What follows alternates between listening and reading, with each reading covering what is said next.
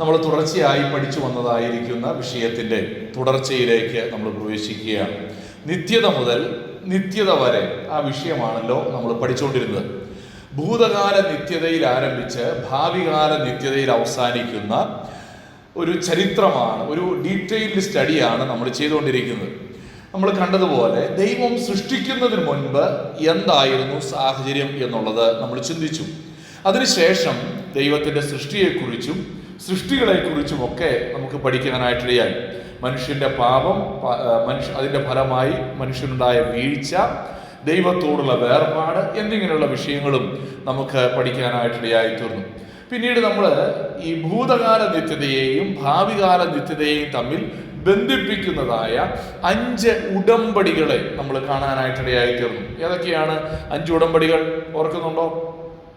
1 അബ്രഹാമിൻ്റെ ഉടമ്പടി, 2 മോശയുടെ ഉടമ്പടി, 3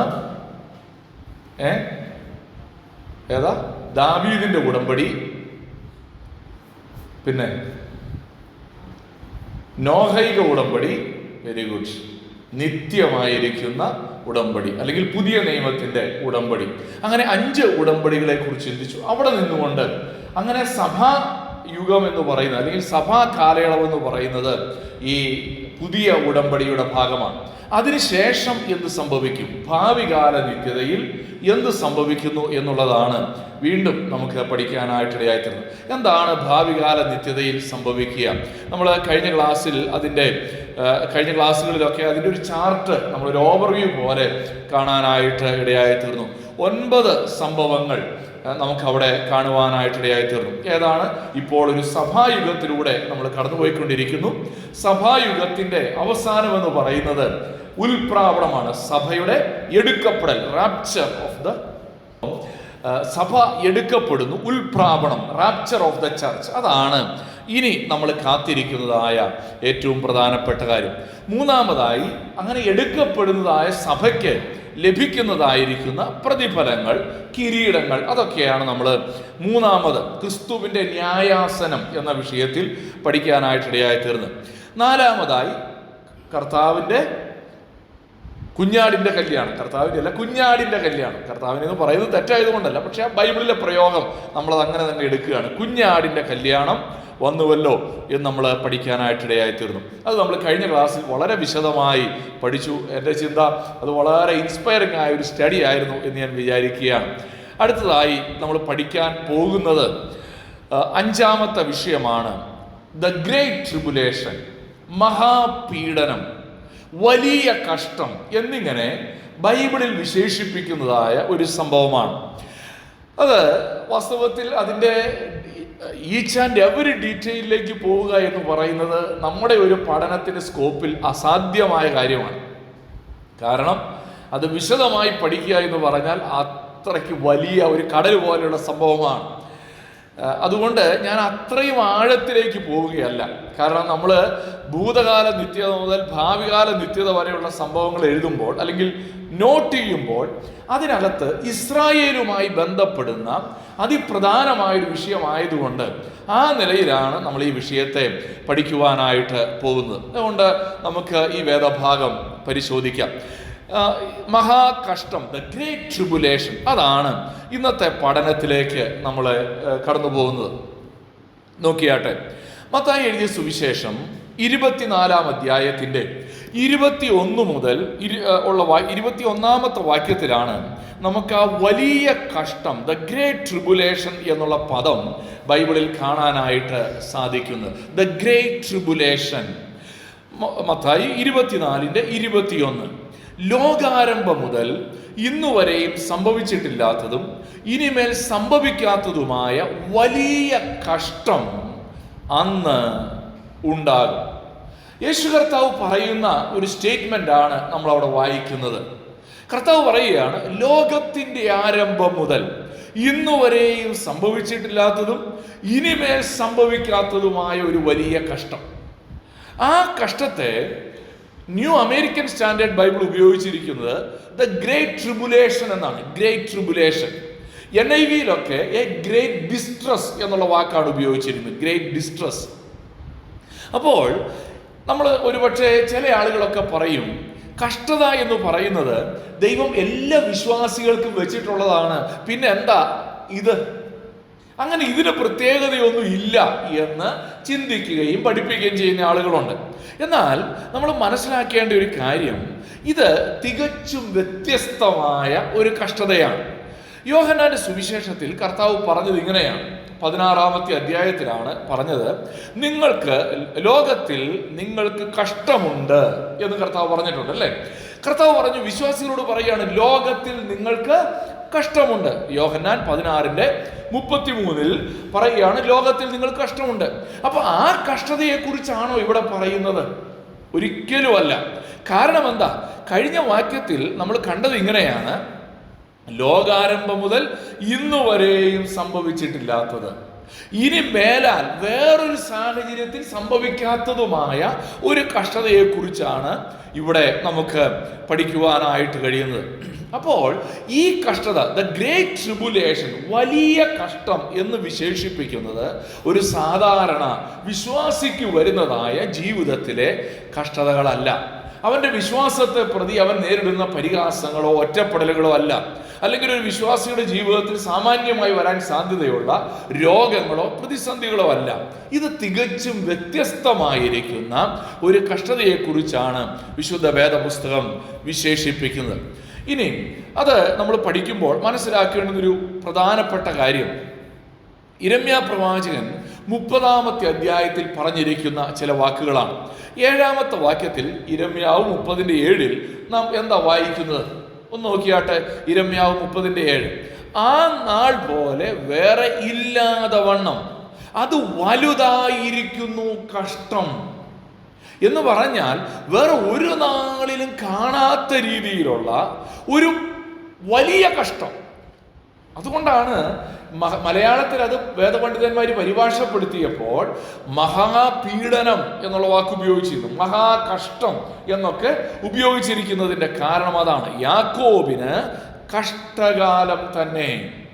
ദാനിയേൽ 12-ാം അധ്യായം നോക്കിയേ, 1-ാമത്തെ വാക്യത്തിലും എഴുതിയിരിക്കുന്ന എന്താണ്?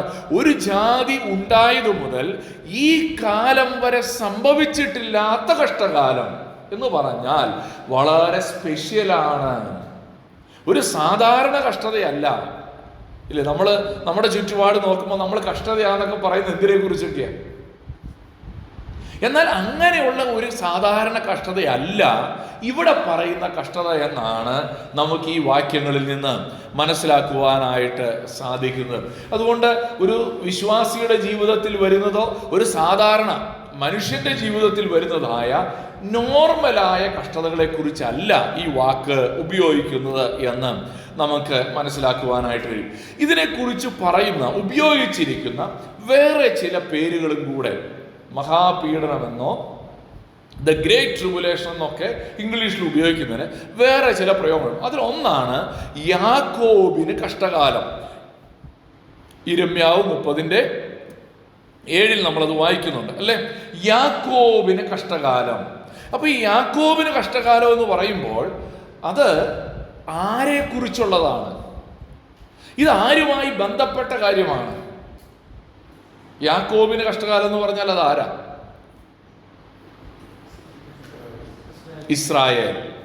ഇസ്രായേൽ ജാതിയോടുള്ള ബന്ധത്തിൽ പ്രത്യേകമായി ക്രമീകരിക്കപ്പെട്ടതായിരിക്കുന്ന ഒരു പീഡനത്തിന്റെ അനുഭവത്തെ കുറിച്ചാണ് ഈ യാക്കോബിന്റെ കഷ്ടകാലം എന്നുള്ള പ്രയോഗം അർത്ഥമാക്കുന്നത്.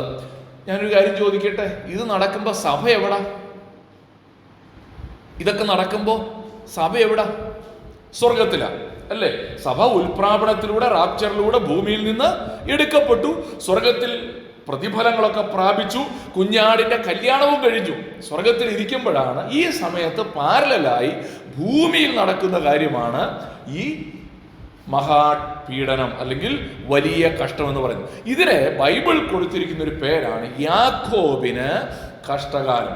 അതുകൊണ്ടാണ് പറയുന്നത് സഭ മഹാപീഡനത്തിലൂടെ കടന്നു പോവുകയില്ല. നമ്മളത് നേരത്തെ ചിന്തിച്ചതാണല്ലോ, സഭ മഹാപീഡനത്തിലൂടെ കടന്നു പോവുകയില്ല. ഇത് ആർക്ക് വേണ്ടിയുള്ളതാണ്?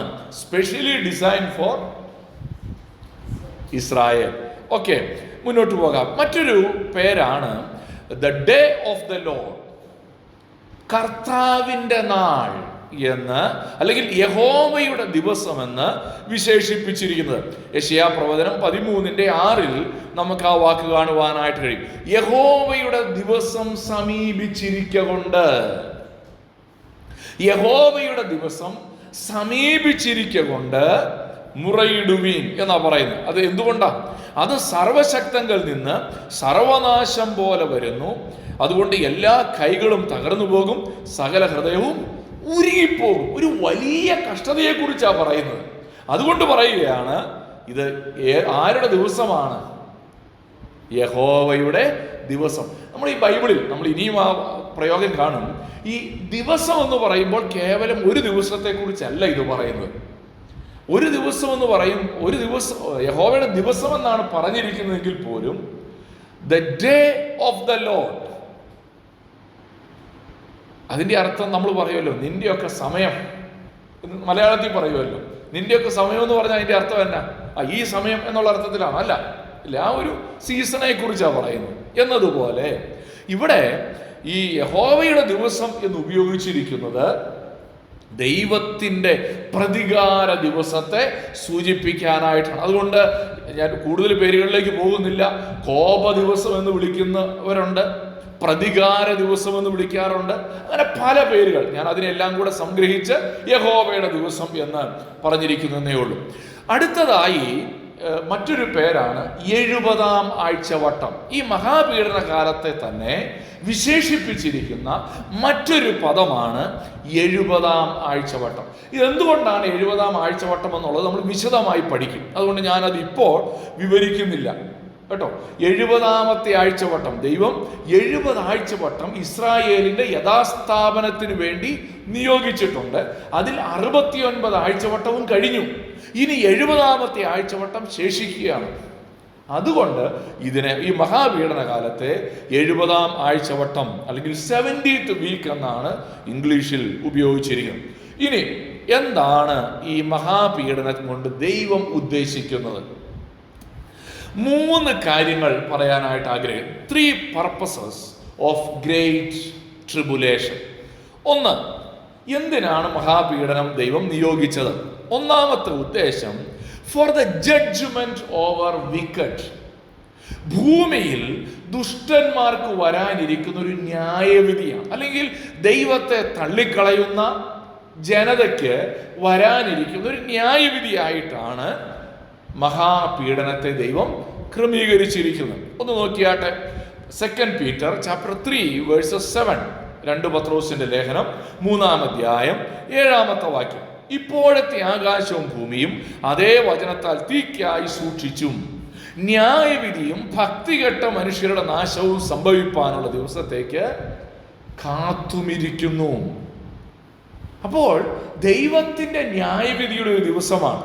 ഇതെന്തിനു വേണ്ടിയാണ്? മനുഷ്യന്റെ ദുഷ്ടതയോടുള്ള ദൈവത്തിന്റെ ഒരു പ്രതികരണമാണ്, പ്രതികാരമാണ്. അപ്പോൾ ഒരു ചോദ്യം മനസ്സിൽ വരാൻ സാധ്യതയുണ്ട്, അപ്പൊ ഈ നിത്യശിക്ഷാവിധിയോ? നിശ്ചയമായും അത് വരുന്നുണ്ട്. പക്ഷെ ഇത് ഭൂമിയിൽ മനുഷ്യരോടുള്ള ദൈവത്തിന്റെ പ്രതികാരമാണ്. നമ്മളത് വിശദമായി കാണും. രണ്ടാമത്, ഈ സമയം, ഈ 70-ാം ആഴ്ചവട്ടം അല്ലെങ്കിൽ ഈ മഹാപീഡനം എന്ന് പറയുന്നത് fulfilling of the time of Gentiles. ജാതികളുടെ സമയത്തെ അല്ലെങ്കിൽ ജാതികളുടെ കാലം തികയ്ക്കുകയാണ് എന്ന് പറഞ്ഞാൽ അതിൻ്റെ അർത്ഥം എന്താണ്? ഇതോടുകൂടെ, മഹാപീഡനത്തോടുകൂടെ ജാതികൾക്ക് കൊടുത്ത, ഇന്ന് ആരുടെ സമയമാണ്? ഇന്ന് ജാതികളുടെ സമയമാണ്. ഏത് ജാതിയാ? ഏത് ജാതികളാണ്? യഹൂദന്മാരല്ലാത്തവരുടെ, നമ്മുടെ സമയമാണെന്ന്. ഇത് കൃപായുഗമാണ്. ഈ കൃപായുഗം എന്ന് പറയുന്നത് നമുക്കെല്ലാവർക്കും കൃപയിലേക്ക് വരാനുള്ള സമയമാണ്. എന്നാൽ ഈ നമ്മുടെ കാലം കഴിഞ്ഞു. നമ്മുടെ കാലം ഈ മഹാപീഡനമാകുമ്പോഴേക്കും നമ്മുടെ സമയം അവസാനിച്ചിരിക്കുകയാണ്. ഇത് യഹൂദന്റെ സമയമാണ്. അപ്പോൾ ആ യഹൂദന്റെ സമയത്തിലേക്ക് കടക്കുമ്പോൾ ജാതികളുടെ സമയത്തിന്റെ പൂർത്തീകരണമാണ്. ലൂക്കോസിന്റെ സുവിശേഷം 21-ാം അധ്യായത്തിന്റെ 22, 23, 24 വാക്യങ്ങളിൽ ഇത് നമുക്ക് കാണുവാനായിട്ട് കഴിയും. എന്താ അവിടെ പറഞ്ഞിരിക്കുന്നത്?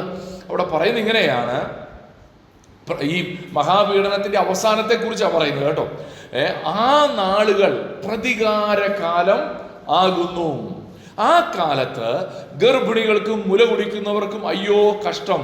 ദേശത്ത് വലിയ ഞെരുക്കവും ഈ ജനത്തിന്മേൽ ക്രോധവും ഉണ്ടാകും. അവർ വാളിന്റെ വായ്ത്തലയാൽ വീഴുകയും അവരെ സകല ജാതികളിലേക്കും ബദ്ധരായി കൊണ്ടുപോകുകയും ജാതികളുടെ കാലം തികയുവോളം ജാതികൾ യെരൂശലേം ചവിട്ടിക്കളയുകയും ചെയ്യും. ഇന്ന് ജാതികളുടെ സമയമാണെന്ന് പറയുമ്പോൾ അതിൻ്റെ ഒരു മറുവശം എന്താണെന്നറിയാം. ഒന്ന് കൃപായുഗമാണ്, നമുക്കൊക്കെ കൃപയിലേക്ക് വരാം. എന്നാൽ അതിൻ്റെ മറുവശം എന്ന് പറയുന്നത് ഇന്ന് യെരൂശലേം ആരുടെ കയ്യിലാണ്?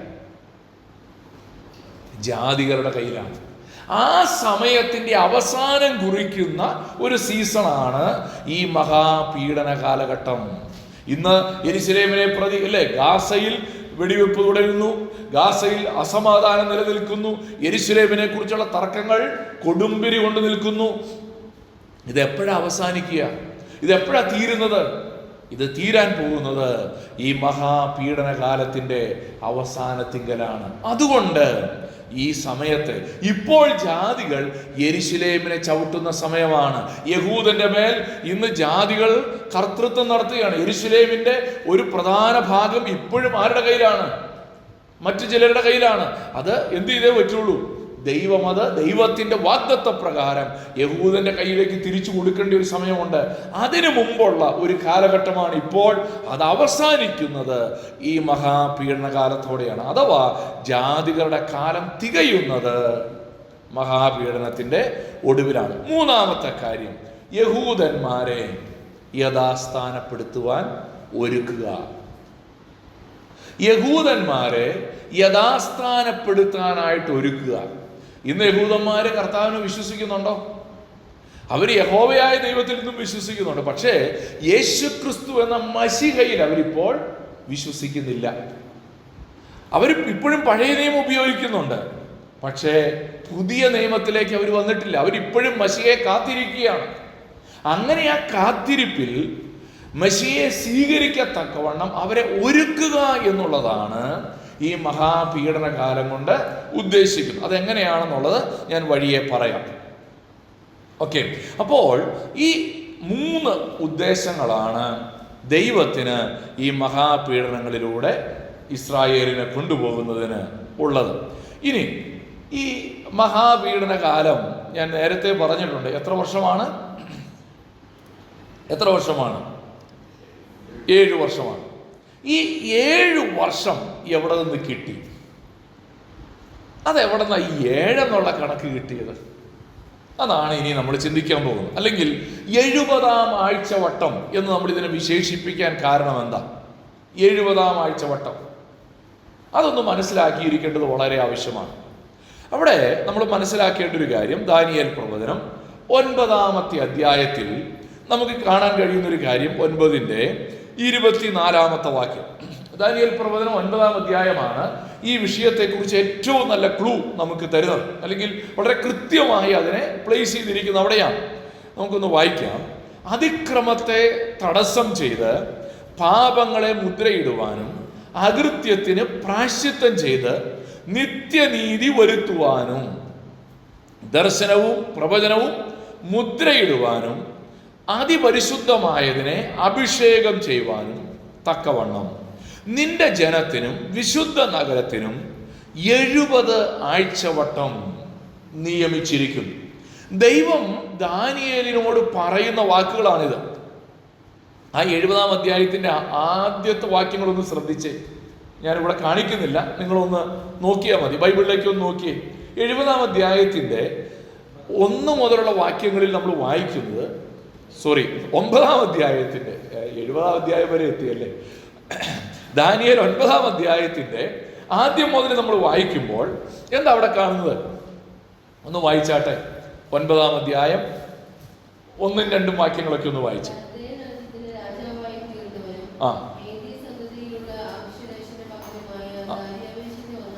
ദാര്യാവേശിന്റെ 1-ാമത്തെ ആണ്ടിൽ ദാനിയേൽ പ്രാർത്ഥിക്കുകയാണ്. അല്ല, തിരുവെഴുത്തുകളെ പരിശോധിക്കുക. ഒന്ന് വായിച്ചോ. ദാനിയേൽ എന്ന ഞാൻ യെരൂശലേമിന്റെ ശൂന്യാവസ്ഥ 70 സംവത്സരം കൊണ്ട് തീരും എന്നിങ്ങനെ യഹോവയുടെ അരുളപ്പാട് ഉണ്ടായത്. യിരെമ്യാ പ്രവാചകനുണ്ടായ പ്രകാരം ഒരു കാലസംഖ്യ ഞാൻ പുസ്തകങ്ങളിൽ നിന്ന് ഗ്രഹിച്ചു. ഇത് എഴുതുമ്പോൾ ദാനിയേൽ ഇത് എഴുതുമ്പോൾ അതിന്റെ കോണ്ടെക്സ്റ്റ് മനസ്സിലാക്കണം. അവിടെയാണ് ഈ 70 വരുന്നത്. ദാനിയേല് ബാബിലോണിലാണ്. ഇസ്രായേൽ ജനത്തെ അല്ലെങ്കിൽ യഹൂദന്മാരെ നെബൂഖദ്നേസർ ആക്രമിച്ച് എങ്ങോട്ട് കൊണ്ടുപോയി? ബാബിലോണിലേക്ക് കൊണ്ടുപോയി. അപ്പോൾ യെരൂശലേം ശൂന്യമായി കിടക്കുകയാണ്. യിരെമ്യാ പ്രവാചകൻ ആ ശൂന്യാവസ്ഥയെക്കുറിച്ച് വിലാപങ്ങളുടെ പുസ്തകം എഴുതി. ജനപൂർണയായ നഗരം ശൂന്യമായി തീർന്ന് എങ്ങനെയാണ് വിലാപങ്ങളുടെ പുസ്തകം ചോദിക്കുന്നത്. അപ്പൊ യെരൂശലേമിന്റെ ശൂന്യാവസ്ഥയെ മുന്നിൽ കണ്ടുകൊണ്ട് യിരെമ്യാ പ്രവാചകൻ അതിനെക്കുറിച്ച് പ്രവചിച്ചതാണ്. എത്ര കാലമാണ് യെരൂശലേമിന്റെ ശൂന്യാവസ്ഥ? അത് 70 വർഷമാണ്. 70 വർഷം കഴിയുമ്പോൾ ബാബിലോൺ പ്രവാസം തീരുകയും നിങ്ങൾ എന്ത് ചെയ്യും? തിരിച്ച് യെരൂശലേമിലേക്ക് പോവുകയും ചെയ്യും. അതുപോലെ തന്നെ സംഭവിച്ചു കേട്ടോ. അപ്പൊ ഇങ്ങനെ അരുളപ്പാട് യിരെമ്യാ പ്രവാചകൻ ഉണ്ടായെന്ന് ദാനിയേൽ അറിഞ്ഞു കഴിഞ്ഞപ്പോ ദാനിയേൽ അത് ഓർത്ത് ദൈവത്തോട് പാപങ്ങളെ ഏറ്റുപറയുകയും പ്രാർത്ഥിക്കുകയൊക്കെ ചെയ്യുകയാണ്. അങ്ങനെ പ്രാർത്ഥിച്ചു കഴിഞ്ഞപ്പോൾ ദൈവത്തിന്റെ ദൂതൻ ദാനിയേലിന് പ്രത്യക്ഷപ്പെട്ടിട്ട് പറയുകയാണ്, ഈ 70 കേവലം അവിടെ അവസാനിക്കുകയല്ല. നീ വിചാരിക്കുന്നു ഈ ബാബിലോൺ പ്രവാസം 70 വർഷം കൊണ്ട് തീരും, അതോടെ എല്ലാം സ്റ്റേബിൾ ആണെന്ന്. അല്ല. എന്താണ് ഇനിയും സംഭവിക്കാനിരിക്കുന്നത്? ഇവിടെ പറയുന്നത് ഇങ്ങനെയാണ്. 9:24 എന്താ പറയുന്നത്? പാപങ്ങളെ മുദ്രയിടുവാൻ, അകൃത്യത്തിന് പ്രായശ്ചിത്തം ചെയ്യാൻ, നിത്യനീതി വരുത്താൻ, ദർശനവും പ്രവചനവും മുദ്രയിടാൻ, അതിപരിശുദ്ധമായതിനെ അഭിഷേകം ചെയ്യാൻ ദൈവം എന്ത് ചെയ്തിരിക്കുകയാണ്? നിനക്കും നിന്റെ ജനത്തിനും വിശുദ്ധ നഗരത്തിനും 70 ആഴ്ചവട്ടം നിയമിച്ചിരിക്കുന്നു. പ്രിയപ്പെട്ടവരെ, ഇവിടെ പറയുന്ന ആശയം എന്താ?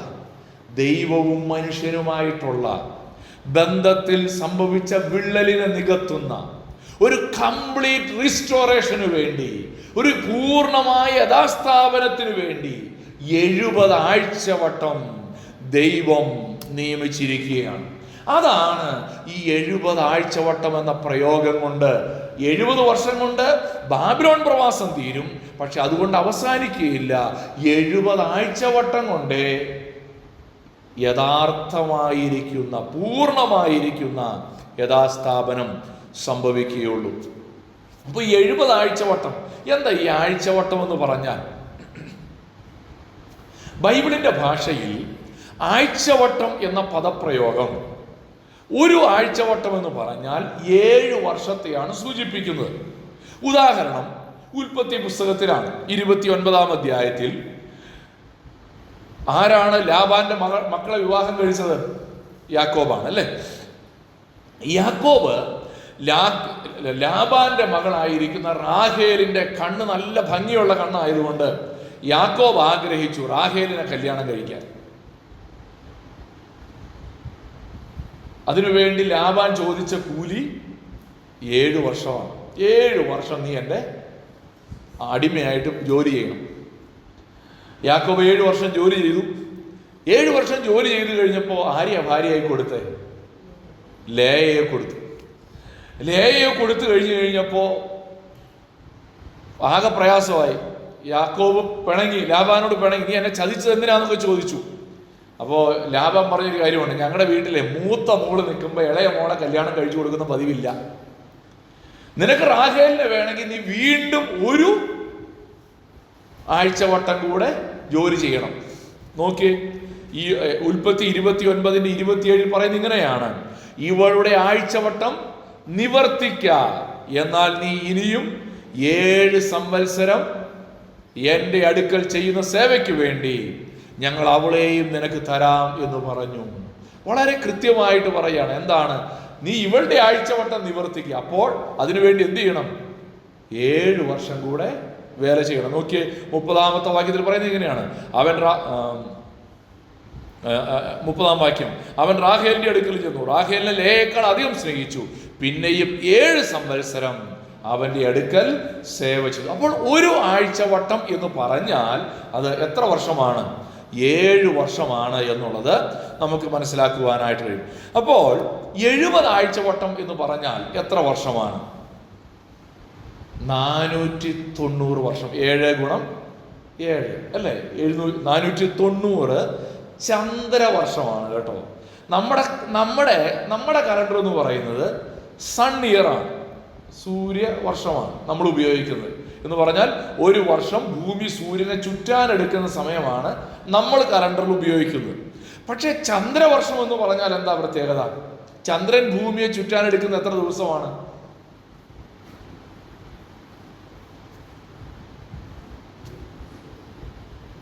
10,000-2000 വർഷം ദിവസം എടുക്കുമോ?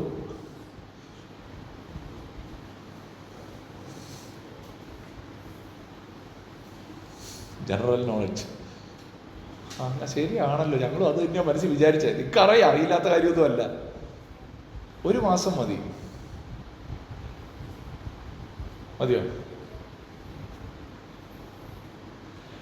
ചന്ദ്രവർഷം എന്ന് പറഞ്ഞാൽ 30 ദിവസം വീതമുള്ള 12 മാസം. അപ്പൊ എത്ര ദിവസമുണ്ട് ഒരു വർഷത്തിൽ? 12 3 36, 360 ദിവസമാണ്. 365 ദിവസമാണ് സൂര്യൻ, നമ്മൾ സൂര്യവർഷം എന്ന് പറയുന്നത്. എന്നാൽ ചന്ദ്രവർഷം എന്ന് പറയുമ്പോൾ 30 ദിവസം വീതമുള്ള 12 മാസം. അങ്ങനെയാണ്. അതുകൊണ്ട് ചന്ദ്രവർഷം എന്ന് പറയുമ്പോൾ എത്ര ദിവസം കുറവുണ്ട്? 5.25 ദിവസം കുറവാണ്. അപ്പൊ ആ കലണ്ടർ ഇയർ നമ്മൾ മനസ്സിലാക്കണം. നമ്മുടെ 7 വർഷമല്ല ഇവിടെ ഉദ്ദേശിക്കുന്നതെന്ന് മനസ്സിലായല്ലോ. 365 ഗുണം 7 അല്ല, 360 ഗുണം 7 ആണ്. പോട്ടെ. അപ്പോൾ ഇവിടെ നമുക്ക് മനസ്സിലായത് 70 ആഴ്ചവട്ടം. ഞാൻ അതിനെക്കുറിച്ച് ഒത്തിരി ഡീറ്റെയിൽ ആയിട്ട് ചിന്തിക്കേണ്ട, സിമ്പിളായിട്ട് ചിന്തിക്കുക. 360 ദിവസം വീതമുള്ള 70 ആഴ്ചവട്ടം, അഥവാ 70 ഗുണം 7 490 ചന്ദ്രവർഷം. ഓക്കെ, ഇതൊന്നും മനസ്സിലിരുന്നോണേ. നമ്മൾ അറിയാണ്ട് മറ്റേ വർഷം ഓർത്തു പോകും. അതുകൊണ്ടാണ് ഞാനത് ഓർപ്പിച്ചത്. ഇംഗ്ലീഷിൽ വീക്ക് എന്നേ ഉള്ളൂ. ഇംഗ്ലീഷിൽ വീക്ക് എന്നേ ഉള്ളൂ. പക്ഷെ ഒറിജിനൽ ലാംഗ്വേജിൽ നിന്നാണ് മലയാളം ട്രാൻസ്ലേറ്റ് ചെയ്തിരിക്കുന്നത്. അതുകൊണ്ടാണ് ആഴ്ച എന്ന് ഉപയോഗിക്കുന്നതിന് പകരം ആഴ്ചവട്ടം എന്ന് ഉപയോഗിച്ചിരിക്കുന്നത്. ഇനി ഈ 70 ആഴ്ചവട്ടത്തെ ദാനിയേലിന് കൊടുത്ത വെളിപ്പാടനുസരിച്ച് 3 ആയിട്ട് തിരിച്ചിരിക്കുകയാണ്. 3 ആയിട്ട് തിരിച്ചിരിക്കുന്നു. എങ്ങനെയാണ് ആ 3 തിരിവ്? നോക്കിയാട്ടെ. ഒന്നാമത്തെ തിരിവെന്ന് പറയുന്നത് ആദ്യത്തെ 7 ആഴ്ചവട്ടം, അതായത് 7 ഗുണം 7 49 ചന്ദ്രവർഷം. നോക്കിയേ, ദാനിയേൽ 9:25. അതുകൊണ്ട് നീ അറിഞ്ഞ് ഗ്രഹിച്ചു കൊള്ളേണ്ടത് എന്തെന്നാൽ, യെരുശലേമിനെ യഥാസ്ഥാനപ്പെടുത്തി പണിയുവാൻ കൽപ്പന പുറപ്പെടുന്നത് മുതൽ അഭിഷിക്തനായൊരു പ്രഭു വരെ 7 ആഴ്ചവട്ടം, 62 ആഴ്ചവട്ടം കൊണ്ട് അതിനെ വീതിയും കിടങ്ങുമായി കഷ്ടകാലങ്ങളിൽ തന്നെ വീണ്ടും പണിയും. ഇവിടെ പറയുന്നത് ഇങ്ങനെയാണ്. ആദ്യത്തെ 7 ആഴ്ചവട്ടം, ആ 7 ആഴ്ചവട്ടം കൊണ്ടാണ് യെരുശലേമിന്റെ മതിലിന്റെ പണിയൊക്കെ പൂർത്തിയാക്കി യെരുശലേം കെട്ടുറപ്പുള്ളതാക്കിയത്. അത് കഴിഞ്ഞിട്ട് അവിടെ ഒരു 62 ആഴ്ചവട്ടത്തെ കുറിച്ച് പറയുന്നുണ്ട് അല്ലേ.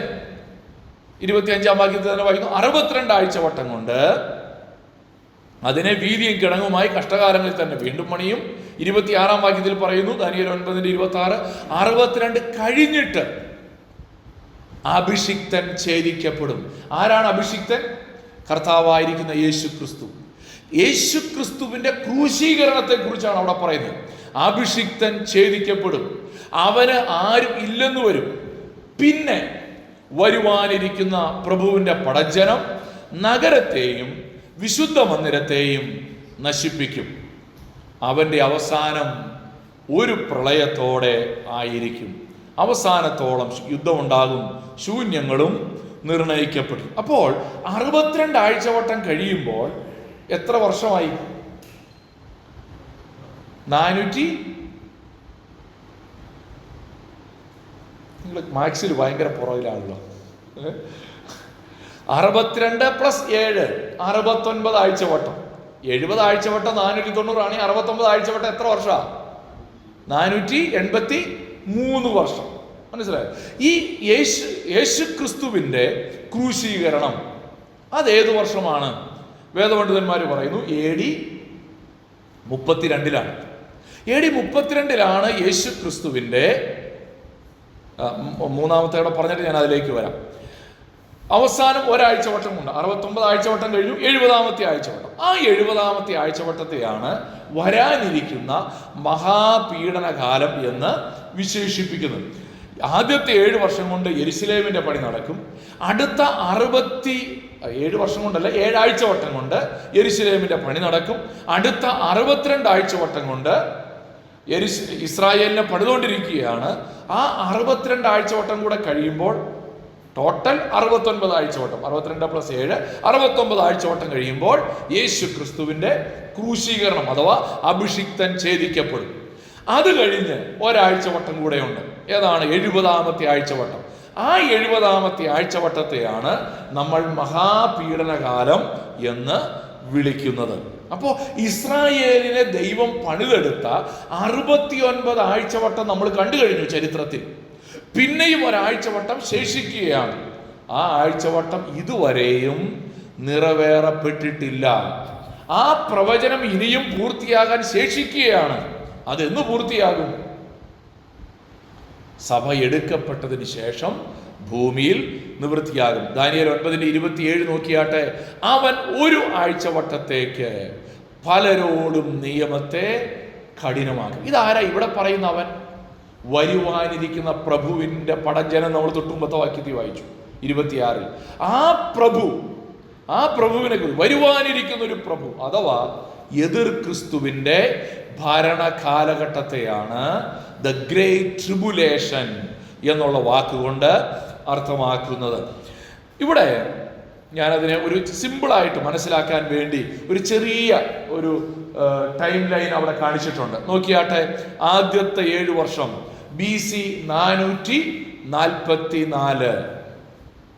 BC 444-ലാണ് നെഹമ്യ പ്രവാചകന്റെ നേതൃത്വത്തിൽ അർത്തഹ്ശഷ്ഠ രാജാവിന്റെ കൽപ്പന പ്രകാരം യെരുശലേമിനെ പണിയുവാനുള്ള കൽപ്പനയുമായിട്ട് വരുന്നത്. ആ സമയം മുതൽ 483 വർഷം കഴിഞ്ഞപ്പോൾ യേശു ക്രിസ്തുവിന്റെ ക്രൂശീകരണമാണ്. അപ്പോൾ ഒരു ചോദ്യം അവിടെ വരും. അപ്പൊ ഈ 70-ാമത്തെ ആഴ്ചവട്ടം ഉടനെ അങ്ങ് തുടങ്ങാഞ്ഞത് എന്താ? അതിന്റെ കാരണം യഹൂദന്മാർ മശിഹയെ സ്വീകരിച്ചില്ല. ഇസ്രായേൽ തങ്ങളുടെ മശിഹയെ കാത്തിരുന്നു. പക്ഷെ അവരെന്ത് ചെയ്തില്ല? യേശുവാണ് മശിഹ എന്ന് അവർ മനസ്സിലാക്കുകയോ അംഗീകരിക്കുകയോ വിശ്വസിക്കുകയോ ചെയ്തില്ല. അതുകൊണ്ട് ദൈവം ജാതികൾക്കായിട്ടൊരു വാതിൽ തുറന്നു തന്നു. ആ വാതിൽ തുറന്നു തന്നതുകൊണ്ടാണ് നമുക്കിന്ന് ദൈവരാജ്യത്തിന്റെ ഭാഗമാകാൻ കഴിഞ്ഞത്. ദൈവത്തിന് മുന്നമേ അറിയാം, ദൈവത്തിന്റെ പദ്ധതിയുടെ ഭാഗമാണ്. പക്ഷേ നമുക്കതറിഞ്ഞുകൂടാ. പഴയ നിയമ പ്രവാചകന്മാർക്കും അങ്ങനെ ഒരു കാലഘട്ടത്തെക്കുറിച്ച് വേണ്ടത്ര അറിവില്ലായിരുന്നു. ആ കാലഘട്ടം കൃപായുഗം, യഹോവയുടെ പ്രതികാര ദിവസവും യഹോവയുടെ പ്രസാദ വർഷവും അതിൻ്റെ ഇടയിലുള്ള ഒരു ഗ്യാപ്പിലാണ് നമ്മൾ ജീവിക്കുന്നത്. അഥവാ കൃപായുഗത്തിലാണ് നമ്മൾ ജീവിക്കുന്നത്, സഭായുഗത്തിലാണ് നമ്മളിപ്പോൾ ജീവിക്കുന്നത്. യഹോവയുടെ പ്രസാദ വർഷം, യേശു ക്രിസ്തുവിന്റെ ക്രൂശുമരണം സകല ജാതികളെയും ചേർക്കുവാൻ അവന് പ്രസാദമായി. എന്നാൽ ഒരു പ്രതികാര ദിവസം വരുന്നുണ്ട്. അവനെ തള്ളിക്കളഞ്ഞതുകൊണ്ട് വരാനിരിക്കുന്ന ഒരു പ്രതികാര ദിവസമുണ്ട്. 70th വീക്ക്, 70-ാമത്തെ ആഴ്ചവട്ടം. പ്രിയപ്പെട്ടവരെ, ആ സമയം മഹാപീഡന കാലഘട്ടമാണ്. ആ കാലഘട്ടത്തെയാണ് മഹാപീഡനകാലം എന്ന് ബൈബിൾ വിശേഷിപ്പിച്ചിരിക്കുന്നു. ദൈവത്തിന് സ്തോത്രം. അപ്പോൾ ആ 70 ആഴ്ചവട്ടത്തിന്റെ കണക്ക് മനസ്സിലായോ? ഒരു പിടിയും കിട്ടിയില്ല ആണോ? നെഹമ്യാവ് യെരുശലേമിന്റെ മതിൽ പണിയാൻ ആരംഭിച്ചത് മുതലുള്ള 483 വർഷം, 69 ഗുണം 7, അത്രയും വർഷം. അതാണ് യേശു ക്രിസ്തുവിന്റെ ക്രൂശീകരണം വരെയുള്ള സമയം. ആ സമയം കഴിഞ്ഞ് ദൈവം ഒരു ഇടവേള ഇട്ടിരിക്കുകയാണ്. ആ ഇടവേളയാണ് സഭായുഗം. സഭായുഗം കഴിഞ്ഞാൽ വീണ്ടും ആ 70-ാം ആഴ്ചവട്ടം തുടരും. അതാണ് സഭ എടുക്കപ്പെട്ടു കഴിഞ്ഞാൽ ഭൂമിയിൽ പിന്നെ ആ 7 വർഷത്തെ ഇടവേളയാണ്. ആ 7 വർഷം ആരംഭിക്കും. എതിർ ക്രിസ്തുവിന്റെ ഭരണമുണ്ടാകും. മഹാപീഡനകാലത്തിലൂടെ ഇസ്രായേൽ ഒരുക്കപ്പെടും മശിഹായെ സ്വീകരിക്കാൻ വേണ്ടി. ഇനി മുന്നോട്ട് പോകാം. ഇനി ഞാൻ ചുരുക്കി പറയാൻ ആഗ്രഹിക്കുകയാണ്. ഇനി ഈ ഒരു സമയത്തെക്കുറിച്ച് മാത്രം മനസ്സിലാക്കുക എന്നുള്ളതായിരുന്നു എൻ്റെ ഉദ്ദേശം. ഇനി എന്തൊക്കെയാണ് ഈ 70-ാം ആഴ്ചവട്ടത്തിലെ പ്രധാനപ്പെട്ട സംഭവങ്ങൾ? അതാണ് ഇനി നമ്മൾ പരിശോധിക്കാനായിട്ട് പോകുന്നത്. ഞാൻ ആദ്യം പറഞ്ഞല്ലോ, ഈച്ച് ആൻഡ് എവരി ഡീറ്റെയിലേക്ക് പോകുന്നില്ല. അങ്ങനെ പോയാൽ 50 കാര്യങ്ങൾ പറയേണ്ടി വരും. 50ഓളം കാര്യങ്ങൾ. ഞാൻ ഒരു രീതിയിൽ എണ്ണിയാൽ 50 എണ്ണമുണ്ട്. ഞാൻ അങ്ങനെ പറയുന്നില്ല. ഒരു 6ഓ 7ഓ എണ്ണത്തിൽ ഞാൻ ഇതിനെ സംഗ്രഹിക്കുകയാണ്. കാരണം ഈ ഇസ്രായേലിനെ എങ്ങനെയാണ് ദൈവം ഒരുക്കിയത് അത് മനസ്സിലാകാൻ വേണ്ടി മാത്രം കേട്ടോ.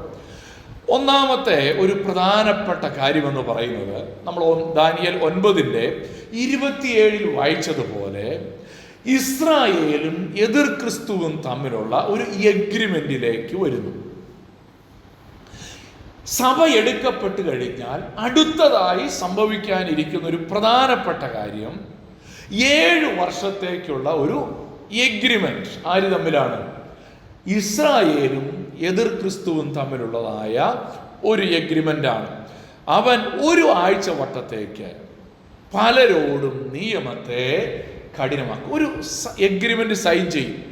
ഇസ്രായേലിന്റെ പ്രധാനമന്ത്രിയും എതിർ ക്രിസ്തുവും തമ്മിലുള്ള ഒരു എഗ്രിമെന്റ് സൈൻ ചെയ്യുന്നതാണ് സഭ എടുക്കപ്പെട്ടു കഴിഞ്ഞാൽ അടുത്തതായി സംഭവിക്കേണ്ട ഒരു പ്രധാനപ്പെട്ട കാര്യം. അങ്ങനെ ഒരു എഗ്രിമെന്റ് സൈൻ ചെയ്യും. എന്തുകൊണ്ടായിരിക്കും എഗ്രിമെന്റ് സൈൻ ചെയ്യാൻ കാരണം? ഇന്ന് നമുക്കറിയാം, ഇസ്രായേലിന് ഒരു രാജ്യത്തെ വിശ്വാസം ഇല്ലാത്തൊരവസ്ഥയിലാണ് പോകുന്നത് അല്ലേ? ലോകത്തുള്ള സകല രാജ്യങ്ങളും ഇസ്രായേലിനെതിരെ തിരിഞ്ഞിരിക്കുകയാണ്. അങ്ങനെ ഇസ്രായേലിനെതിരെ തിരിഞ്ഞിരിക്കുമ്പോൾ അവരെ സഹായിക്കാൻ പറ്റുന്ന ഒരാളുണ്ടെന്ന് അവർ വിശ്വസിക്കുന്നു. അവർ മശിഹയാണെന്ന് തെറ്റിദ്ധരിക്കുന്ന ഒരു വേൾഡ് ലീഡർ അവരെ സഹായിക്കാനായിട്ട് വരും. ആ വേൾഡ് ലീഡറെയാണ് എതിർ ക്രിസ്തു എന്ന് വിശേഷിപ്പിക്കുന്നത്. അദ്ദേഹവുമായിട്ട് ഇസ്രായേൽ ഒരു ഉടമ്പടി ഒപ്പുവെക്കും. അങ്ങനെ ഉടമ്പടി ഒപ്പുവെച്ച് കഴിയുമ്പോൾ അവരവനെ സ്വീകരിക്കുന്നത് എങ്ങനെയാണെന്നറിയാമോ? അവരവനെ സമാധാനത്തിന്റെ പ്രഭുവായിട്ടാണ് സ്വീകരിക്കുന്നത്. കാരണം മശിഹയെ കുറിച്ച് നമ്മൾ വായിക്കുന്നത് എന്താ? യെശയ്യാവ് 9:6 നമുക്കൊരു ശിശു ജനിച്ചിരിക്കുന്നു, നമുക്കൊരു മകൻ നൽകപ്പെട്ടിരിക്കുന്നു, അവൻ അത്ഭുത മന്ത്രി, വീരനാം ദൈവം, നിത്യപിതാവ്, സമാധാന പ്രഭു എന്ന് പേർ വിളിക്കപ്പെടും. അപ്പൊ സമാധാന പ്രഭു. കാരണം എന്താ? ഇവരൊരു വലിയ പ്രതിസന്ധിയിലൂടെ പോകുമ്പോൾ അവിടെ സമാധാനം ഉണ്ടാക്കുന്ന ഒരാളായി ഒരു മീഡിയേറ്ററായിട്ട് എതിർ ക്രിസ്തു രംഗപ്രവേശം ചെയ്യുകയും ഇസ്രായേൽ ചിന്തിക്കും, ഓ ഇവനാണ് ഞങ്ങൾ കാത്തിരുന്ന മശിഹ. അവരവനെ അങ്ങ് സ്വീകരിക്കും. അതുകൊണ്ടാണ് വെളിപ്പാട് 6:2 ഈ എതിർ ക്രിസ്തു രംഗപ്രവേശനം ചെയ്യുമ്പോൾ ഒരു വെള്ള കുതിരപ്പുറത്താണ് വരുന്നത്. വെളിപ്പാട് 6:2 നോക്കിയേ. അപ്പോൾ ഞാനൊരു വെള്ളക്കുതിരയെ കണ്ടു, അതിന്മേൽ ഇരിക്കുന്നവന്റെ കയ്യിൽ ഒരു വില്ലുണ്ട്, അവനൊരു കിരീടവും ലഭിച്ചു, അവൻ ജയിക്കുന്നവനായും ജയിപ്പാനായും പുറപ്പെട്ടു. എതിർ ക്രിസ്തുവിന്റെ ഭരണത്തെ സൂചിപ്പിക്കുന്ന ഒരു വേദഭാഗമാണ്. പ്രിയപ്പെട്ടവരെ, എതിർ ക്രിസ്തു സമാധാന പ്രഭു എന്ന വണ്ണം രംഗപ്രവേശം ചെയ്യുന്നു. അതിന്റെ ഫലമായി എന്ത് സംഭവിക്കും? യഹൂദന്മാർ അവനെ വിശ്വസിക്കും. അങ്ങനെ വിശ്വസിച്ച് കഴിയുമ്പോൾ കുറച്ച് കഴിയുമ്പോഴാണ് അവൻ തൻ്റെ യഥാർത്ഥ സ്വഭാവം പുറത്തെടുക്കുന്നത്. അതാണ് ദാനിയേൽ 9:27 പിന്നീട് നമ്മൾ വായിക്കുന്നത്.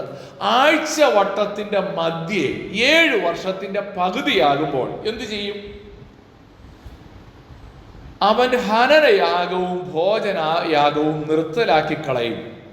മ്ലേച്ഛതകളുടെ ചിറകിന്മേൽ ശൂന്യമാക്കുന്നവൻ വരും. യഹൂദന്മാരുടെ ദൈവാലയത്തിൽ അവരിങ്ങനെ ഭോജനയാഗവും ഹനനയാഗവും ഒക്കെ കഴിച്ചുകൊണ്ടിരിക്കുകയാണ്. കാരണം ഇവൻ സമാധാനപൂർവ്വമായിട്ട് വന്നു. അവർക്കവിടെ യെരുശലേം ദൈവാലയം വിട്ടുകിട്ടി. അവര് അവിടെ ഭോജനയാഗവും ഹനനയാഗവും ഒക്കെ കഴിച്ചു. പക്ഷേ 7 വർഷത്തിന്റെ പകുതിയൊക്കെ ആകുമ്പോഴേക്കും അവൻ എന്ത് ചെയ്യുന്നറിയാമോ? പരിപാടി നിർത്താൻ പറയും. എന്നിട്ട് അവൻ അവിടെ ശൂന്യമാക്കുന്ന മ്ലേച്ഛത പ്രതിഷ്ഠിക്കും. മ്ലേച്ഛതകളുടെ ചിറകിന്മേൽ ശൂന്യമാക്കുന്നവൻ വരും. അഥവാ എതിർ ക്രിസ്തു അവന്റെ തനി സ്വഭാവം കാണിക്കും. അതിനെക്കുറിച്ച് പറയുന്നത് നമ്മൾ വായിക്കുന്നുണ്ടല്ലോ. 2 തെസ്സലോനിക്ക ലേഖനം 2-ാം അധ്യായം 3-ാമത്തെ വാക്യത്തിൽ 3ഉം 4ഉം വാക്യങ്ങളിൽ എന്താണ് അവൻ ചെയ്യുന്നതെന്ന് അവിടെ പറഞ്ഞിട്ടുണ്ട്. എന്താണ് എതിർ ക്രിസ്തു ചെയ്യാൻ പോകുന്നത്? അവൻ ഇസ്രായേലിനെ ചതിക്കുകയാണ്. എങ്ങനെ ചതിക്കുന്നത്? ആരും ഏതു വിധേനയും നിങ്ങളെ ചതിക്കരുത്. ആദ്യമേ വിശ്വാസത്യാഗം സംഭവിക്കുകയും നാശയോഗ്യനും അധർമ്മമൂർത്തിയുമായവൻ വെളിപ്പെടുകയും വേണം. ആരാണ് ഈ അധർമ്മമൂർത്തി, നാശയോഗ്യൻ? അത് എതിർ ക്രിസ്തുവാണ്. അവൻ എന്ത് ചെയ്യും? 4-ാം വാക്യത്തിൽ അവൻ ദൈവാലയത്തിൽ ഇരുന്നു കൊണ്ട് ദൈവമെന്ന് നടിച്ച് ദൈവമെന്നോ പൂജാവിഷയമെന്നോ പേരുള്ള സകലത്തിനു മീതെ തന്നെത്താൻ ഉയർത്തുന്ന എതിരാളി. അത്ര ഈ സകലത്തിനു മീതെ എന്ന് പറഞ്ഞാൽ എന്താ? ദൈവത്തിനു മേലെ തന്നെ പ്രതിഷ്ഠിക്കും. അതല്ലേ നമ്മൾ ആദ്യം സാത്താനെ കുറിച്ച് പറഞ്ഞപ്പോൾ അവൻ പറഞ്ഞ 5 വെല്ലുവിളികൾ ഓർക്കുന്നുണ്ടോ? ഞാൻ സമാഗമന പർവ്വതത്തിന് മീതെ വാണരുളും. സാത്താനെ കുറിച്ച് നമ്മൾ പഠിച്ചപ്പോൾ അന്ന് പറഞ്ഞ കാര്യങ്ങളാണ്. അവൻ എന്ത് ചെയ്യും? യെരുശലേം ദൈവാലയത്തിൽ തന്നെ പ്രതിഷ്ഠിക്കും. താൻ ദൈവത്തിന് മീതെയാണെന്ന് അവൻ പ്രഖ്യാപിക്കും. ഇത് കാണുമ്പോൾ യഹൂദന്മാർക്കും മനസ്സിലാകും, അബദ്ധം പറ്റിപ്പോയല്ലോ. അബദ്ധം പറ്റിപ്പോയെന്ന് അവർക്ക് മനസ്സിലായി. കാരണം എന്താ? ഇവൻ തന്നെത്താൻ ഉയർത്തി. അവൻ സകലത്തിനും മീതെ തന്നെത്താൻ ഉയർത്തുന്ന എതിരാളിയാണ് എന്ന് പൗലോസ് അപ്പോസ്തലൻ അവിടെ പറയാണ്. ഈ സമയത്താണ് അവർക്ക് മനസ്സിലായത്, ഒരിക്കൽ ഞങ്ങൾ ക്രൂശിച്ച മശിഹയാണ് യഥാർത്ഥ മശിഹ. നമ്മളതിലേക്ക് വരുന്നുണ്ട്. ഇവിടെ ഈ യെരുശലേം ദൈവാലയത്തെ കേന്ദ്രീകരിച്ചുകൊണ്ടാണ് എതിർ ക്രിസ്തുവിന്റെ ഭരണം തുടങ്ങുന്നത്. എതിർ ക്രിസ്തു എന്ത് ചെയ്യും? യെരുശലേം ദൈവാലയത്തെ കേന്ദ്രീകരിച്ചുകൊണ്ട് തന്നെ ആരാധിക്കാൻ വേണ്ടി എല്ലാവരുടെ മേലും മുദ്രയിടാൻ തുടങ്ങും. മുദ്രയേൽക്കാത്തവരൊക്കെ പീഡിപ്പിക്കും. ആ പീഡനം, ആ മുദ്രയാണ് 666. ഗൂഗിൾ ക്രോം അല്ല. ചില ആളുകൾ വിചാരിക്കുന്നു ഗൂഗിൾ ക്രോം ആണ് 666 എന്നാണ്. അങ്ങനെ വ്യാഖ്യാനിക്കുന്നവരുണ്ട്. പക്ഷേ അതിനെക്കുറിച്ച് ഞാൻ ഇപ്പോൾ ഡീറ്റെയിൽ ആയിട്ട് പോകുന്നില്ല. എന്തായാലും ആ ഒരു സംഭവങ്ങളുടെ ക്രമം മനസ്സിലാക്കാൻ വേണ്ടിയാണ്. ഈ 666 എന്ന് പറയുന്ന മുദ്ര കൈമേലും നെറ്റിമേലും, അതും പ്രധാനമാണ്, കൈമേലും നെറ്റിമേലും സ്വീകരിക്കാൻ എല്ലാവരെയും നിർബന്ധിക്കും. ആ മുദ്രയില്ലാത്തവർക്ക് കടയിൽ പോയി അരി വാങ്ങാൻ കഴിയില്ല. ആ മുദ്രയില്ലാത്തവർക്ക് എന്ത് ചെയ്യാൻ കഴിയില്ല? യാതൊരു ട്രാൻസാക്ഷനും ഇല്ല. യഹൂദന് മനസ്സിലായി, ഇവനാണ് എതിർ ക്രിസ്തു, ഇവനെ വിശ്വസിക്കരുത്. അവര് ഈ എതിർ ക്രിസ്തുവിന്റെ മുദ്ര സ്വീകരിക്കാൻ തയ്യാറാവുകയില്ല. അങ്ങനെ സ്വീകരിക്കാൻ തയ്യാറാകാതെ വരുമ്പോൾ അവരെ പീഡിപ്പിക്കാൻ തുടങ്ങും. അങ്ങനെ പീഡിപ്പിക്കുമ്പോൾ രക്തസാക്ഷികളാകാൻ അവർ തയ്യാറാകും. അതാണ് വെളിപ്പാട് പുസ്തകം 13-ാം അധ്യായം 7-ാം വാക്യത്തിൽ വായിക്കുന്ന ഇങ്ങനെയാണ്. അവിടെ ഒരു മൃഗത്തെക്കുറിച്ച് വായിക്കുന്നുണ്ടല്ലേ? ആ 13-ാം അധ്യായത്തിൽ 2 മൃഗങ്ങളെ കുറിച്ച് വായിക്കുന്നുണ്ട്. വിശുദ്ധന്മാരോട് യുദ്ധം ചെയ്ത് അവരെ ജയിപ്പാനും അതിന് അധികാരം ലഭിച്ചു എന്ന് പറഞ്ഞാൽ, വിശുദ്ധന്മാരായ യഹൂദന്മാർ അല്ലെങ്കിൽ വിശ്വാസത്തിന് വേണ്ടി നിൽക്കാൻ തയ്യാറായി എതിർ ക്രിസ്തുവിന്റെ മുദ്ര ഏൽക്കാത്ത യഹൂദന്മാരായ വിശുദ്ധന്മാർ, അവരെ എതിർ ക്രിസ്തു എന്ത് ചെയ്യും? കൊന്നുകളയും. രക്തസാക്ഷികളായി അവര് മരിക്കും. അവരെ ജയിക്കാനുള്ള അധികാരം അവന് ലഭിക്കുന്നു എന്നാണ് ഇവിടെ നമുക്ക് കാണുവാൻ കഴിയുന്നത്. അതാണ് 17-ാമത്തെ വാക്യത്തിൽ നമ്മൾ വായിക്കുന്നുണ്ടല്ലോ, മൃഗത്തിന്റെ പേരോ പേരിന്റെ സംഖ്യയോ ആയ മുദ്രയുള്ളവനല്ലാതെ വാങ്ങുകയോ വിൽക്കുകയോ ചെയ്യുവാൻ വഹിയാതെയും ആക്കുന്നു. അവൻ കൊണ്ടുവരുന്ന നിയമം അതാണ്. മാത്രമല്ല 18-ാം വാക്യത്തിൽ പറയാണ്, ഇവിടെ ജ്ഞാനം കൊണ്ട് ആവശ്യം. ബുദ്ധിയുള്ളവൻ മൃഗത്തിന്റെ സംഖ്യ ഗണിക്കട്ടെ, അതൊരു മനുഷ്യന്റെ സംഖ്യ അത്രേ. അതിന്റെ സംഖ്യ 666. ഓക്കെ, അപ്പോൾ ഈ മുദ്ര ഏൽക്കാൻ യഹൂദന്മാര് തയ്യാറാവുകയില്ല. അതിന്റെ ഫലമായി അവരിൽ ബഹുഭൂരിപക്ഷവും പീഡനം സഹിക്കേണ്ടതായിട്ട് വരും. ഇതിനെ തുടർന്ന് എന്ത് സംഭവിക്കുന്നു? ദൈവജനമായ യഹൂദന്മാരെ എതിർ ക്രിസ്തു കൊന്നൊടുക്കിയതിന്റെ ഫലമായി ദൈവകോപം ഭൂമിയിൽ ചൊരിയപ്പെടുകയാണ്. അവിടെയാണ് 3 സീരീസ് ഓഫ് ഇൻസിഡൻസ് ബൈബിളിൽ പറയുന്നുണ്ട്. 7 മുദ്ര പൊട്ടിക്കുന്നു, 7 കാഹളങ്ങൾ ഊതുന്നു, 7 ക്രോധ കലശങ്ങൾ ഭൂമിയിൽ ചൊരിയപ്പെടുന്നു. നിങ്ങൾ വായിച്ചാൽ ഇത് 3ഉം തമ്മിൽ പല രീതിയിലുള്ള കണക്ഷൻസ് ഉണ്ട്. 3ഉം തമ്മിൽ ബന്ധപ്പെട്ട കിടക്കുന്നത്. സംഭവങ്ങളുടെ ക്രമം, വെള്ളക്കുതിര 1-ാം മുദ്ര മൂന്നാം മുദ്ര പൊട്ടിക്കുമ്പോഴാണ് വെള്ളക്കുതിരയിൽ എതിർ ക്രിസ്തു വെളിപ്പെടുന്നത്. അപ്പോൾ അതിനെ തുടർന്നുണ്ടാകുന്ന സംഭവങ്ങളുടെ ഒരു പരമ്പരയാണ്. ആ സീരീസിൽ എന്ത് സംഭവിക്കുന്നു? ദൈവകോപം ഭൂമിയിലേക്ക് ചൊരിയപ്പെടുകയാണ്. അത് തന്നെ ഒരു ഡീറ്റെയിൽഡ് സ്റ്റഡിയാണ് കേട്ടോ. അത് മാത്രം പറയണമെങ്കിൽ 10 പോയിന്റ് ഉണ്ട്. അതായത് ഉഷ്ണം കൂടുന്നതിനെ കുറിച്ച്, സൂര്യന്റെ 1/3 അടർന്ന് സമുദ്രത്തിൽ വീഴുന്നതിനെ കുറിച്ച് എന്നിങ്ങനെ തുടങ്ങി 10 കാര്യങ്ങൾ അതിനോടുള്ള ബന്ധത്തിൽ ചുരുക്കി പറഞ്ഞാൽ 10 കാര്യങ്ങളെങ്കിലും പറയാനുണ്ട്.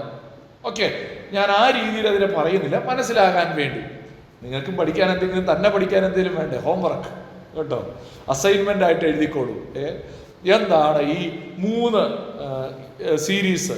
മുദ്ര, 7 മുദ്ര, 7 കാഹളം, 7 ക്രോധകലശങ്ങൾ. ഇത് 3ഉം ചേരുമ്പോൾ എന്തായിരിക്കും ഈ ഭൂമിയിൽ സംഭവിക്കുന്നത്? സമുദ്രത്തിലെ വെള്ളം രക്തമായി തീരുന്ന കാര്യമുണ്ട്, ചന്ദ്രന് സംഭവിക്കുന്ന മാറ്റങ്ങളുണ്ട്, ആകാശത്തെ ചില കാര്യങ്ങൾ പറയുന്നുണ്ട്, എന്നിങ്ങനെ ഭൂമിയിലെ പച്ചപ്പ് ഉണങ്ങിപ്പോകുന്നതിനെ കുറിച്ച് പറയുന്നുണ്ട്. വളരെ വിശദമായൊരു പഠനമാണ്. അങ്ങനെ ദൈവകോപം ഭൂമിയിൽ ചൊരിയപ്പെടുകയാണ്. അങ്ങനെ ചൊരിയപ്പെടുന്നു.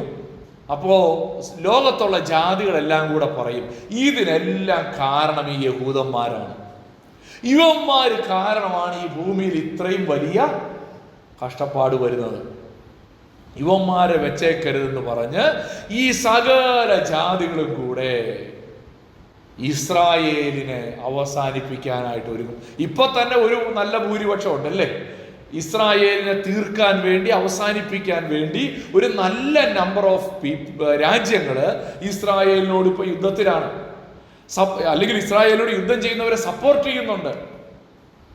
എന്നാൽ ഇത്രയും വലിയ സംഭവങ്ങളൊക്കെ നടന്നു കഴിയുമ്പോൾ എന്തു ചെയ്യും? ലോകത്തുള്ള സകല ജാതികളും കൂടെ ആരുടെ കൂടെ നിൽക്കും? ഇസ്രായേലിന്റെ ശത്രുക്കളുടെ കൂടെ നിന്നിട്ട് ഒരു യുദ്ധത്തിനായിട്ടൊരുങ്ങും. ആ യുദ്ധത്തിന്റെ പേരാണ് അർമഗദോൻ യുദ്ധം.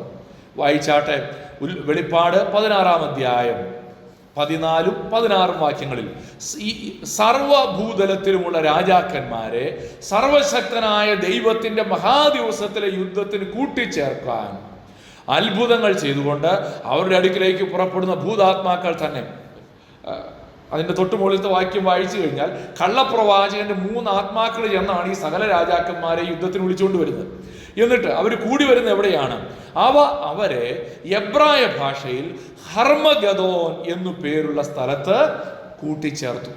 അങ്ങനെ കൂട്ടിച്ചേർത്ത് കഴിയുമ്പോൾ ഇപ്പോൾ ഇസ്രായേൽ ഒറ്റപ്പെടുകയാണ്, ചുറ്റും സകല ജാതികളും. അങ്ങനെ സകല ജാതികളും ഇസ്രായേലിനെ തകർക്കാൻ വേണ്ടി യുദ്ധത്തിൽ ഒരുമിച്ച് കൂടുമ്പോൾ എന്ത് സംഭവിക്കുമെന്നറിയാമോ? ഇസ്രായേൽ പരാജയം മണക്കും. ആ പരാജയം മണക്കുന്ന സമയത്ത് അവർ തങ്ങൾ കുത്തിയവങ്കലേക്ക് നോക്കും. സെഖരിയ പ്രവചനം 12-ാമത്തെ അധ്യായം 10-ാമത്തെ വാക്യം നമ്മൾ വായിക്കുമ്പോൾ അവര് യഹോവയുടെ നാമം വിളിച്ചപേക്ഷിക്കും, തങ്ങൾ കുത്തിയവങ്കലേക്ക് നോക്കും. ഒന്ന് വായിച്ചാട്ടെ.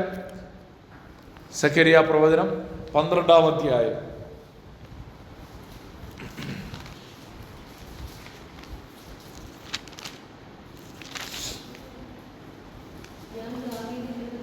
ഞാൻ ദാവീദ് ഗൃഹത്തിന്മേലും യെരൂശലേം നിവാസികളുടെ മേലും കൃപയുടെയും യാചനയുടെയും ആത്മാവിനെ പകരും, തങ്ങൾ കുത്തിയിട്ടുള്ളവങ്കലേക്ക് അവർ നോക്കും. തങ്ങൾ കുത്തിയത് ആരെയാ? യേശു ക്രിസ്തുവിനെയാ. ആ യേശു ക്രിസ്തുവിങ്കലേക്ക് അവര് നോക്കും, അവരവനെ ആശ്രയിക്കും, അവന്റെ നാമത്തെ വിളിച്ചപേക്ഷിക്കും. അന്ന് എന്ത് സംഭവിക്കും? സ്വർഗം തുറക്കും.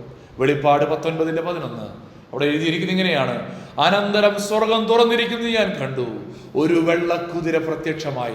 ആദ്യം ഒരു വെള്ളക്കുതിര പ്രത്യക്ഷമായപ്പോൾ എതിർ ക്രിസ്തുവാണ് രംഗപ്രവേശനം ചെയ്തതെങ്കിൽ, ഇതാ യഥാർത്ഥത്തിൽ സമാധാന പ്രഭുവായിരിക്കുന്ന യേശു ക്രിസ്തു ഒരു വെള്ളക്കുതിരപ്പുറത്ത് രംഗപ്രവേശം ചെയ്യുകയാണ്. അതിന്മേലിരിക്കുന്നവന്റെ പേര് വിശ്വസ്തനും സത്യവാനും എന്ന് പേർ. അവൻ നീതിയോടെ വിധിക്കുകയും പോരാടുകയും ചെയ്യുന്നു. അതെ പ്രിയപ്പെട്ടവരെ, നമ്മുടെ കർത്താവായിരിക്കുന്ന യേശു ക്രിസ്തുവിന്റെ മഹത്വ പ്രത്യക്ഷതയാണ്. നമ്മുടെ കർത്താവായിരിക്കുന്ന യേശു ക്രിസ്തു എഴുന്നള്ളി വരികയാണ്. എന്തിനു വേണ്ടിയാണെന്ന് അറിയാമോ?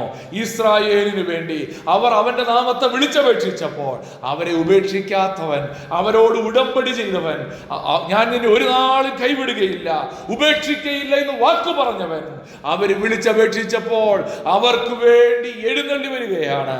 അതാണ് നമ്മൾ വായിക്കുന്നത്.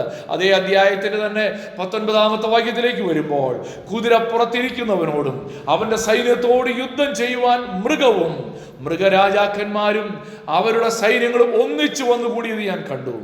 മൃഗത്തെയും അതിൻ്റെ മുമ്പാകെ താൻ ചെയ്ത അടയാളങ്ങളാൽ മനുഷ്യനെ ചതിച്ച് മൃഗത്തിന്റെ മുദ്ര ഏൽപ്പിക്കുകയും അതിന്റെ പ്രതിമയെ നമസ്കരിക്കുകയും ചെയ്ത കള്ളപ്രവാചകനെയും പിടിച്ചു കെട്ടി ഇരുവരെയും ഗന്ധകം കത്തുന്ന തീപ്പൊയ്കയിൽ ജീവനോടെ തള്ളിക്കളഞ്ഞു.